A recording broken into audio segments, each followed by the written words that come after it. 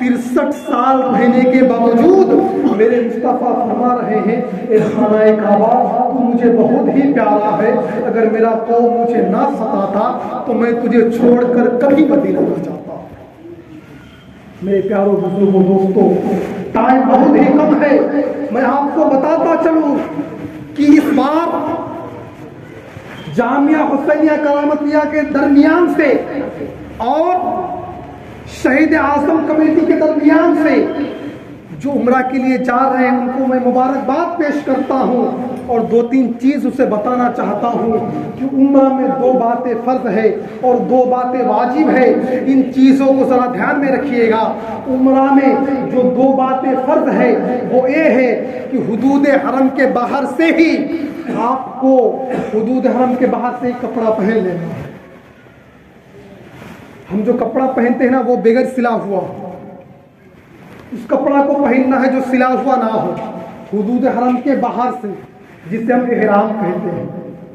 حدود حرم کے باہر سے کپڑا پہن کر حدود حرم میں داخل ہونا یہ فرض ہے۔ اور ایک فرض کیا ہے وہ یہ ہے خانہ کعبہ کا طواف کرنا، یعنی 7 مرتبہ خانہ کعبہ کا طواف کرنا۔ اگر 1 مرتبہ بھی چھوٹ جائے تو اس کا فرض چھوٹ گیا تو وہ عمرہ ہی باطل ہے۔ اور جو عمرہ میں 2 باتیں واجب ہے وہ یہ ہے، ایک تو یہ ہے کہ صفا اور مروہ کے درمیان سعی کرنا، صفا اور مروہ کے درمیان وہ سعی کرے گا۔ دوسرا یہ ہے کہ بال منڈوانا یا بال کو چھوٹا کر لینا، قصر کر لینا۔ یہ 2 باتیں فرض، 2 باتیں واجب، اس کو دھیان میں رکھیے گا۔ اور 5-6